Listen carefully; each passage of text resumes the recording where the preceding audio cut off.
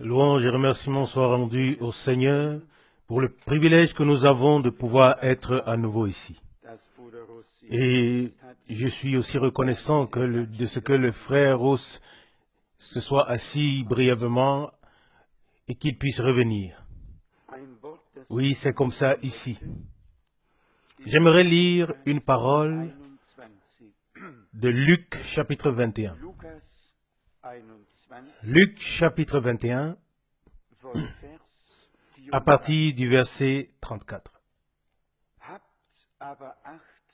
Luc 21, verset 34.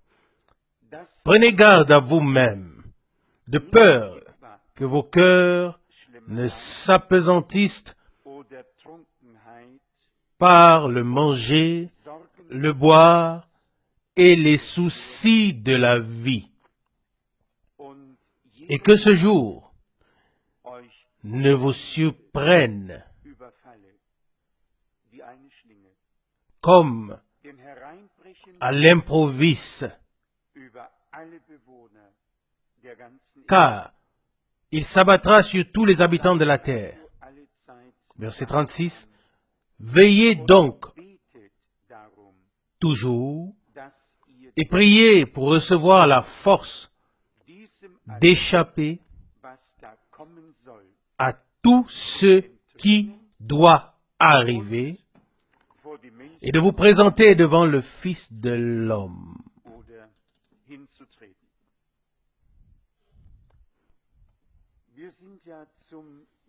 Nous sommes ici pour la prière, mais nous remarquons qu'une requête de prière nous a été adressée directement pour cette heure de prière. Verset 36. Veillez donc toujours et priez pour recevoir la force d'échapper à tout ce qui doit arriver et de vous présenter devant le Fils de l'homme. Il y a certainement beaucoup de sujets de prière. Et ils peuvent être tous importants. Mais, s'ils sont de nature temporelle et terrestre, alors ils ne valent pas la peine de prendre notre temps. Il se peut, en effet, que nous considérions comme extraordinaires des choses qui sont vraiment très petites devant Dieu, que nous les voyons comme grandes et que nous ne comprenions peut-être pas qu'elles font partie intégrale de la vie d'un croyant. Si un d'entre nous, moi y compris, voulait avoir une bonne vie sur terre, peut-être même la demander à Dieu, mais ce ne serait pas du tout dans la volonté de Dieu.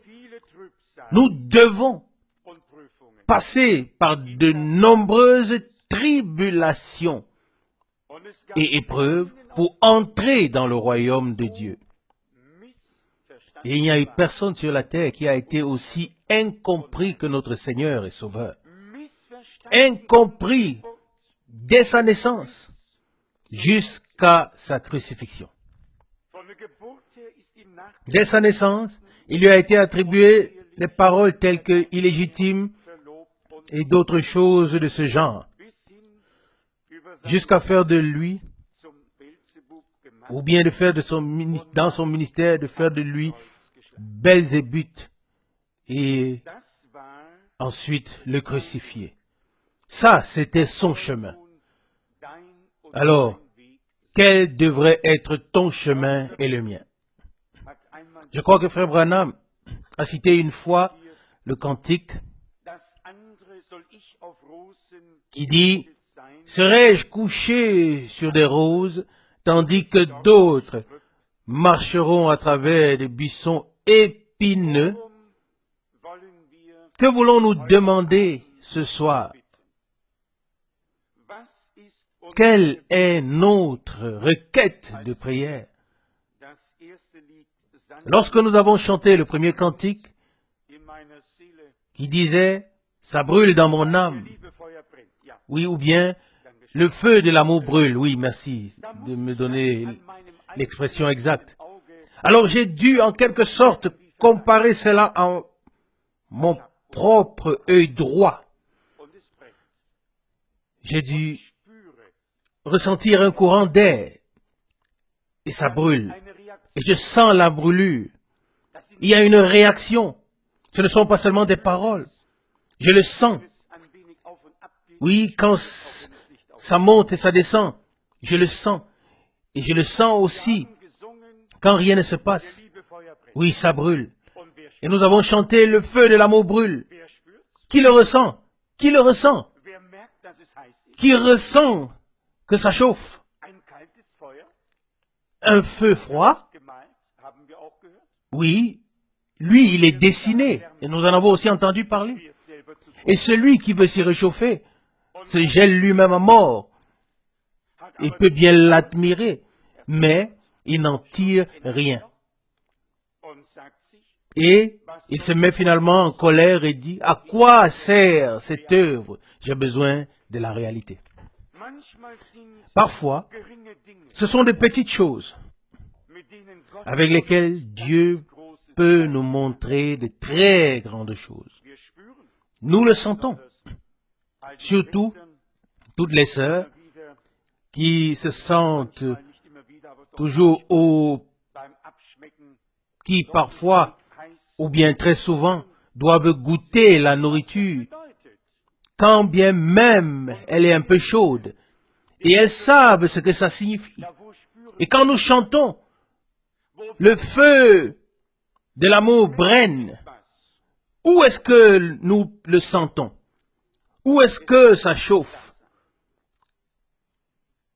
Où est-ce que quelque chose fond? Ça doit être là. Et si ce n'est pas là, alors c'est que nous avons ou nous n'avons pas bien cru, ou que nous avons menti lorsque nous avons chanté, ou que nous n'avons pas prié sérieusement pour qu'il nous soit donné. Ici, il nous est dit clairement dans Luc 21, verset 36, « Veillez donc toujours, pas seulement de temps en temps, mais toujours, tout le temps, et priez pour avoir la force. » Puis nous pensons à Romains chapitre 8, « Si l'esprit de celui qui a ressuscité Jésus-Christ d'entre les morts habite en vous, alors il rendra aussi la vie à vos corps mortels, selon Romains 8, verset 11. La puissance de Dieu doit entrer dans notre intérieur. Et à la Pentecôte, il y avait les deux choses, le feu et l'esprit. Les lampes devaient être allumées. Et là où un feu n'est pas allumé, rien ne peut brûler. Alors, même beaucoup d'huile précieuse, ne sert à rien, absolument à rien. Il doit avoir une mèche. Et le Seigneur dit qu'il ne laisserait pas s'éteindre la mèche qui brûle, selon Ésaïe 42. Nous pouvons vraiment penser ce soir, vous connaissez tous les lamentations, ou bien, pardon, nous connaissons tous les lampes ou les lanternes avec des mèches. Qu'est-ce que c'est juste? Qu'est-ce que c'est? Et le Seigneur nous regarde et dit, « Enfants, l'heure de minuit est proche, les ténèbres couvrent toute la terre, les peuples sont dans l'obscurité, mais vous avez besoin de lumière. Et je ne permettrai pas que cette mèche s'éteigne. Je remplirai à nouveau vos lampes et je raviverai le feu afin que nous puissions tous le remarquer. » Oui, nous devons tous le remarquer. Quand Ésaïe était devant le Seigneur et qu'il eut cette expérience merveilleuse, qu'il vit les chérubins et ainsi de suite, Saint, Saint est le Seigneur des armées, Ésaïe 6, verset 3, et soudain ses lèvres ont été touchées et il est devenu un autre homme. Alléluia. Il s'est reconnu lui-même. Il a reconnu son manquement. Et alors il était prêt à servir le Seigneur. Ici dans Luc chapitre 21, comme dans Matthieu chapitre 24, il est question du temps de la fin. Au verset 9, il est parlé des guerres et des soulèvements.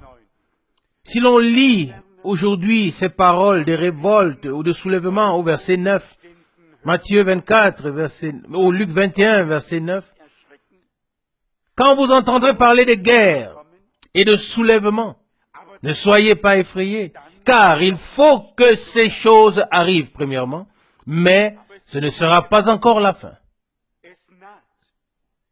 Mais la fin est annoncée.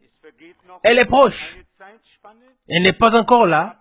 Il s'écoulera encore un certain temps, mais elle vient certainement. Et il est dit ensuite au verset 10, une nation s'élèvera contre une autre, et un royaume contre un autre. Il y aura aussi des violents tremblements de terre, et en divers lieux, des pestes et des famines. Oui, n'entendons-nous pas tout cela tout le temps? Et des épidémies et toutes sortes de choses qui s'abattent sur la terre et dont on n'entendait pas parler autrefois. Aujourd'hui, on apprend, on entend tout par la presse, par les informations. L'Éthiopie était autrefois un pays riche. Aujourd'hui, des millions de personnes sont confrontées à la famine. Et la parole s'accomplit. Et il est dit dans la suite, au verset 11, il y aura des phénomènes terribles et de grands signes dans le ciel. Et cela continue et continue jusqu'à ce que nous arrivons au verset 24. Et là, il est dit, verset 24, ils tomberont sous le tranchant de l'épée et seront amenés en captivité parmi les nations, parmi toutes les nations, et Jérusalem sera foulée aux pieds des nations, jusqu'à ce que les temps des nations soient écoulés. Ça a été annoncé au peuple d'Israël, parce qu'ils n'avaient pas reconnu et accepté le Seigneur.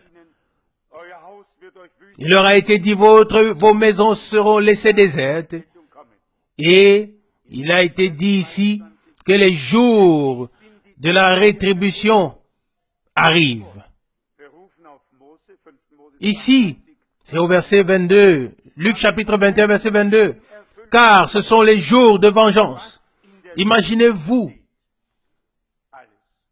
que nous considérons Deutéronome 32, verset 35. Il reprend le verset 22, la suite, afin que s'accomplisse tout ce qui a été écrit. Tout. Il n'y a pas de parole écrite qui ne s'accomplira. Et le verset 25 dit, alors apparaîtront des signes dans le soleil, la lune et les étoiles, et il y aura sur la terre le désespoir des peuples dans une angoisse désemparée. Oui, qui a la solution à cela aujourd'hui? Aujourd'hui, tout le monde a peur de tout le monde. Il y a une perplexité. Avant, tout le monde donnait des conseils en abondance. Mais aujourd'hui, il n'y a plus de conseils. Aujourd'hui, les conseilleurs ou les conseillers ont eux-mêmes besoin de conseils. Et n'ont personne qui ne leur donne. Afin que les Écritures s'accomplissent. C'est une chose qui a glissé d'entre les mains des hommes. Et il est dit dans la suite, Luc 21, verset 26. Les hommes, rendant l'âme de terreur, dans l'attente angoissée des choses qui surviendront sur la terre. Car les puissances des cieux seront ébranlées. Tout est là. Mais, après que ces signes avant-coureurs, après que tous ces signes des temps nous ont été annoncés, vient la promesse. Verset 27. Alors vous verrez le Fils de l'homme venant sur une nuée avec puissance et une grande gloire. Il est dit dans la suite, verset 28, quand ces choses commenceront à arriver, alors redressez-vous et levez vos têtes, car votre rédemption est proche. Quand nous voyons tout cela, et nous le voyons, n'est-ce pas? Nous le voyons tous les jours. Si ce n'est pas l'un, c'est l'autre. Partout, les détresses, les catastrophes de toutes sortes. Quand je lis parfois les noms qu'on donne aux tempêtes qui font des ravages, l'une s'appelle comme ça, l'autre s'appelle comme ça, mais elles font toutes des ravages. Mais elles ont toujours des noms différents. Aujourd'hui, il y a deux jeunes de Philippines qui savent ce que la tempête a récemment fait là-bas, partout. Et la chose reçoit un nom, mais la désolation demeure, peu importe où elle passe. Des catastrophes de toutes sortes. Ça, extérieurement, nous le voyons. Mais, pour nous, à nous, une parole du Seigneur est adressée. Verset 28. Quand ces choses commenceront à arriver, redressez-vous. Redressez-vous. Si nous voulons comparer cette parole à celle de Matthieu 25, alors, à un moment, il y a un cri qui retentit. Voici l'époux. Levez-vous et allez à sa rencontre. Verset 6, Matthieu 25. Et toutes les vierges se levèrent. Et dans Luc 21, verset 28, il est dit, quand ces choses commenceront à arriver, redressez-vous, levez-vous.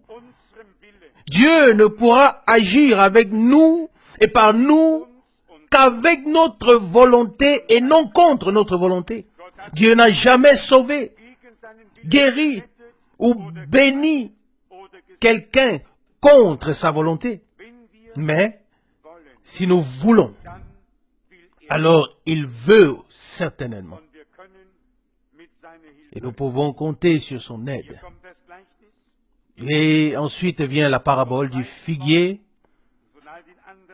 et de tous les autres arbres qui poussent. Et nous reconnaissons que l'été est proche. Et ensuite vient l'exhortation que nous avons déjà lue. Verset 34.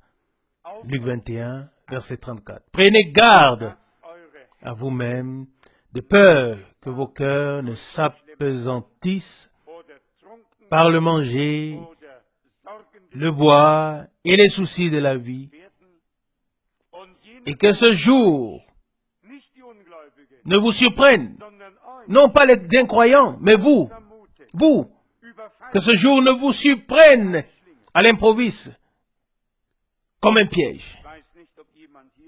Je ne sais pas s'il y a quelqu'un ici qui est impliqué dans les excès de table ou l'ivrognerie ou les tromperies, mais les soucis de la vie peuvent vraiment nous asservir. Ils peuvent vraiment nous faire perdre la joie du Seigneur, la joie du salut et la joie de toutes les bénédictions. Et par cela, nous sommes alourdis, comme la parole du Seigneur le dit. Et le verset 4, la suite, et que ce jour ne vous surprenne à l'improviste, comme un piège, car, verset 35, il s'abattra sur tous les habitants de la terre. Il en sera ainsi. Mais sur nous, ce jour ne doit pas s'abattre. Nous devons avoir la clarté. Après ce que Paul écrit aux Thessaloniciens, dans le 5e chapitre, verset 4, 1 Thessaloniciens chapitre 5. Mais vous, frères, vous n'êtes pas dans les ténèbres pour que ce jour vous surprenne comme un voleur. Amen. Mais nous devons quand même, si nous croyons avoir reçu la lumière, nous devons veiller à ce que ces choses, et je dis cela maintenant m'adressant à moi-même personnellement. Oui, les soucis de la vie raccourcissent notre vie et nous empêchent de servir le Seigneur librement et ouvertement. Notre Seigneur lui-même n'a-t-il pas dit que par nos soucis, nous ne pouvons pas ajouter une coudée à nos vies? Personne n'a jamais rien obtenu de Dieu en s'inquiétant. Tout au contraire. Il s'est plaint, non pas comme une plainte, mais comme un fardeau. Et nous pouvons réellement être détruits dans ces choses. Parfois, j'aimerais vraiment avoir la mentalité des Noirs. Oui, c'est vraiment comme ça. Ils sont insouciants. Pas insouciants, donc ils ne se plaignent pas. Ils chantent là où il n'y a rien à chanter. Et pourtant, ils chantent. Ils ont la joie de vivre. Même s'ils ne sont joyeux que du fait qu'ils vivent, ils respirent. Ils ne s'inquiètent pas du tout de ce que le lendemain leur apportera. Et cela me semble vraiment devoir être notre sujet de prière aujourd'hui. Le mien personnellement. Qui puis-je servir avec joie si les soucis ne me permettent pas de me réjouir? Qui puis-je servir avec sincérité si je suis moi-même accablé de toutes les choses et des tracasseries de ce temps? Non. Dieu ne nous a pas destinés à nous lamenter et à nous plaindre. Dieu nous a destinés à apporter du réconfort à ceux qui sont découragés, à relever ceux qui sont courbés, afin que Dieu puisse nous utiliser pour aider d'autres après que lui-même il nous ait secourus. Et cette grâce, c'est cette grâce que nous voulons aujourd'hui implorer de tout cœur auprès de Dieu et lui demander de nous aider. Car il s'agit réellement de recevoir la force d'échapper à tout ce qui va arriver et de se présenter devant le Fils de l'homme, selon Luc 21, verset 36.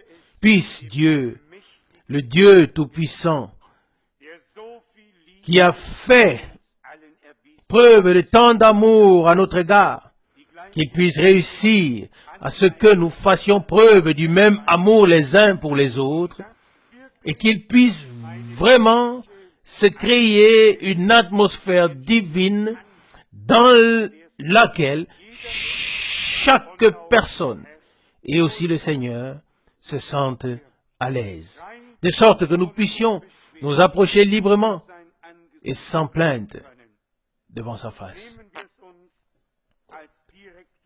Prenons-le comme sujet de prière directe. Prenons ce qui est écrit ici au verset 36 comme sujet de prière. Luc 21, verset 36. Veillez donc toujours et priez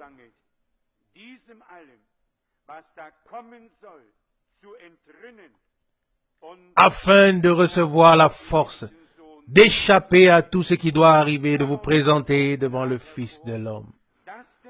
Il en ressort aussi clairement que le Seigneur enlèvera les siens avant que les jugements terribles ne frappent cette terre. Nous n'avons pas seulement une grande espérance, mais nous avons une espérance vivante que Dieu a placée dans notre cœur de manière véridique et fidèle.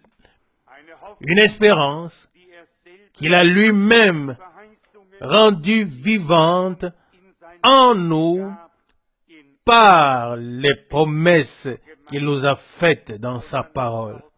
Et Nous voulons nous accrocher à cette espérance jusqu'à la fin. Maintenant, frère Rousse nous parlera encore. Vous savez, quand je demande que nous puissions nous asseoir tous sur les premières rangées le mercredi soir, ce n'est pas seulement pour pouvoir nous voir les yeux dans les yeux, mais pour que nous puissions vraiment nous unir dans la prière et que chacun ouvre son cœur devant Dieu et que tous puissent prier et que l'un ait hâte d'enchaîner avec la prière dès que l'autre a terminé.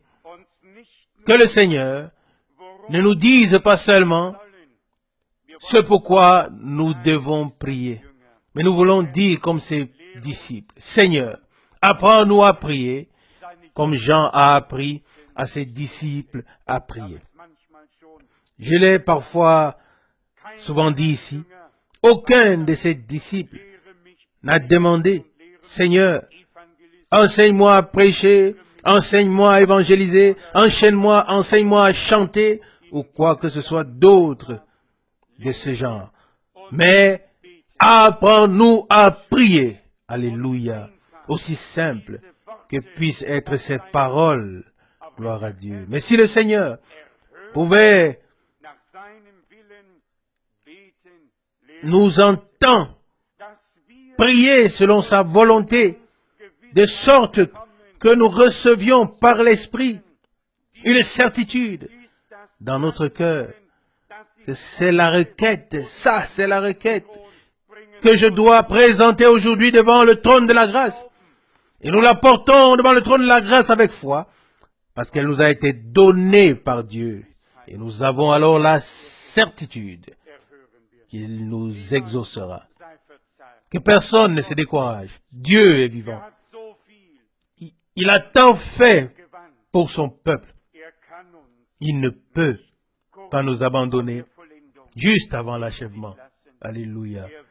Il mènera merveilleusement son œuvre jusqu'au bout. Maintenant, nous souhaitons la bienvenue à Frère Rousse. Il a été absent pendant un certain temps et le temps passe très très lentement. Mais nous sommes reconnaissants. Que Dieu te bénisse, Frère Rousse. Le Frère Rousse prend la parole. Chers frères et sœurs, je crois que nous n'avons pas besoin d'ajouter quelque chose de plus. Dieu nous a déjà parlé par sa parole. Et nous, en tant que des hommes, nous ne pouvons que prendre à cœur la parole de notre Dieu et l'accepter de tout notre cœur. Tout le reste ne nous sert à rien. Si nous ne prenons pas à cœur la parole de Dieu et ne l'acceptons pas, alors nous passons à côté de lui et alors il est trop tard. Mais je crois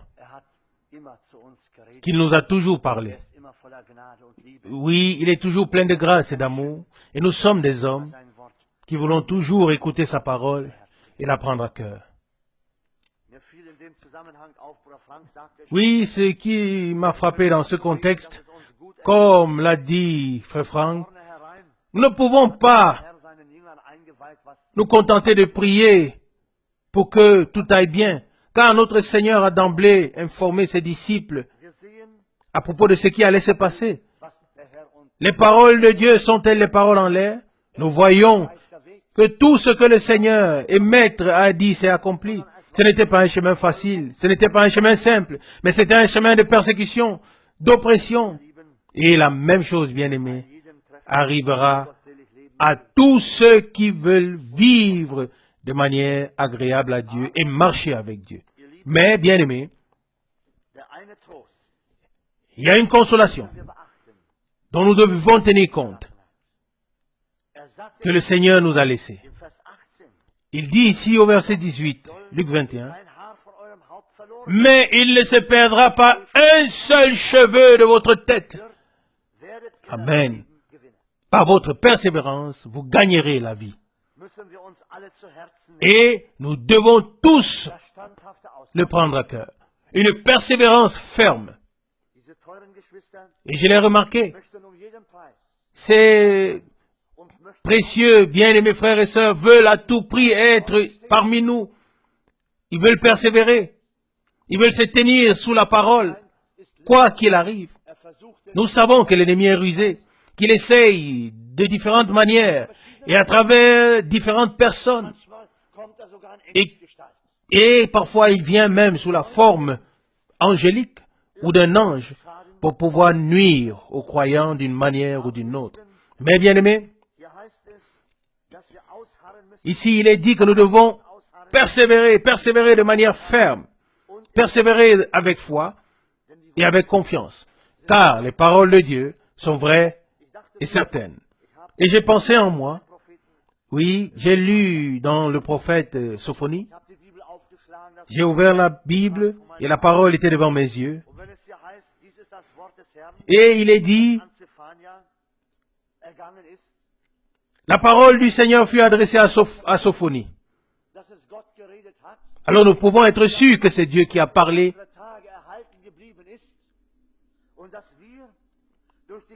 Et que cette parole a été conservée jusqu'à nos jours. Et que par la grâce de Dieu, nous pouvons voir tout ce qui est préparé et tout ce qui va venir. C'est proche. Et nous l'avons lu. Tout le monde est dans la perplexité. Et j'ai pensé, et le frère l'a dit, le frère Franck l'a dit, les gens cherchent conseil, les uns les autres. Ils sont devenus perplexes. Oui, c'est ainsi, ils sont devenus perplexes. Mais la seule chance, bien-aimés, c'est que nous n'avons pas besoin de devenir perplexes. Il est notre conseil. Il nous a donné le conseil ce soir. Et en tout temps, il nous donne le bon conseil, bien-aimés. Et ça, c'est quelque chose de merveilleux sur laquelle nous pouvons nous appuyer. Non pas sur la parole des hommes, non pas sur ce que les hommes disent, mais sur la parole de Dieu. Ce que sa sainte bouche a dit, nous pouvons le croire de tout notre cœur. Et là, les hommes peuvent dire, ah, si ce qui est écrit dans les prophètes, ainsi de suite, bien-aimé, aussi vrai qu'il est écrit ici dans Sophonie au verset 1, la parole du Seigneur fut adressée à Sophonie. Alors nous pouvons nous fier à cela. Et si cela doit encore arriver, même si cela doit encore arriver, et cela arrivera. Et lorsque nous lisons au verset 2, puis ces paroles qui devaient être prononcées, nous pouvons alors dire, Seigneur, qui peut s'opposer à ta parole? Qui peut retenir ta main que tu étends? Personne n'est capable de le faire.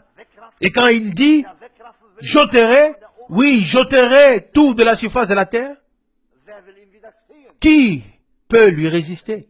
Toi ou moi, ou les grands, les dirigeants de notre époque? Personne ne sera capable, n'en sera capable, bien-aimés frères et sœurs. Nous le voyons bien, ils sont désemparés, ils ont peur. Oui, c'est étrange. Quand on traverse la frontière, ils sont tellement curieux et posent des questions, ils veulent savoir ce qui se passe de l'autre côté. Oui, qu'est-ce que c'est? C'est la peur. La peur est dans le cœur. Ils veulent savoir ce qui se passe. Bien-aimés, nous n'avons pas besoin de nous inquiéter. Quelqu'un s'occupe de nous. C'est le Dieu vivant. Amen. Oui, nous pouvons mettre notre confiance en lui. Et vous voyez déjà ce qui arrive. Je ne sais pas si vous l'avez entendu dans les informations hier, mais l'ancien chancelier allemand et un autre s'engagent à ce que les grandes puissances restent en contact permanent parce qu'ils craignent et voient, oui, ce qui arrive. Bien-aimés, beaucoup de gens peuvent voir, oui, et craindre ce qui va arriver et ne pas y aller ou ne pas se tourner vers lui, vers le Seigneur. C'est lui qui leur apporte le réconfort, la satisfaction et en qui ils ont la vie. Et ils pensent que si l'on reste en contact les uns avec les autres, alors rien ne pourra arriver. Bien-aimés, ce que la parole de Dieu nous dit, aucun contact ne servira à rien, mais la chose se produira. Et nous ne voulons pas prier, oh Dieu, que cela n'arrive pas, mais nous voulons prier que ta volonté soit faite sur la terre comme au ciel. Oui, prépare-nous Nous voulons être prêts. Alléluia. Le verset 36 dit, veillez donc toujours et priez pour recevoir la force d'échapper à tout ce qui doit arriver et de vous présenter devant le Fils de l'homme. Bien-aimés, nous avons besoin de cette force, plus que jamais. Puisse le Dieu fidèle exaucer nos prières ce soir encore. Nous ne venons pas pour prier pour que l'un écoute l'autre, mais nous voulons prier pour qu'il nous écoute et que nous soyons prêts. Oui, qui que nous soyons, bien-aimés, grands, petits, jeunes, vieux, qui que nous soyons, nous ne savons pas si nous nous réunirons encore une fois. Nous ne le savons pas. Qui peut le dire? Voyez-vous, l'un comme l'autre est parfois si vite arraché à la vie.